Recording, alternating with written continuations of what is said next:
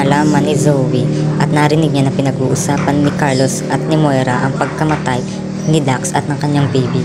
Nalaman niya na si Moira pala ang may pakana kung bakit namatay ang anak niya, bakit namatay si Dax. Tinanong niya ito ng paulit-ulit ngunit hindi sumasagot si Moira. Nalaman ni Zoe na si Moira nga ang may pakana ng pagkamatay ni Dax.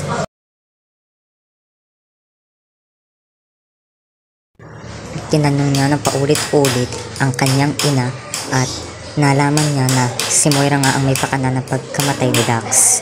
Si Moira ang nag-utos kay Carlos upang patayin si Dax. At sa baby naman niya ay si Moira rin ang may kasalanan. Inutusan ni Moira na ipapatay ang baby ni Zoe sa kanyang ina. Kaya naman galit na galit si Zoe at itinakwil niya ang kanyang ina. Hindi niya akalain na gagawin yun sa kanya ng kanyang ina. Galit na galit si Zoe sa kanyang ina.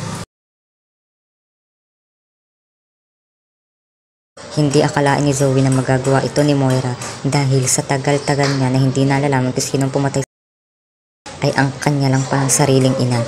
Ipinaliwanag ni Moira na kung bakit niya iyon ginawa. Ipinaliwanag niya para sa kaibubuti daw yun ni Zoe. Ngunit ayaw makinig ni Zoe. Galit na galit siya sa kanyang ina at nagawa niya itong saktan at itinakwil na niya ang kanyang ina. Sinabi niya na simula daw ngayon ay hindi na daw niya kikilalaning anak si Zoe. Galit na galit si Zoe sa kanyang ina at umalis siya patungo sa pamilya ng mga tanyag at hihingi siya ng tawad doon.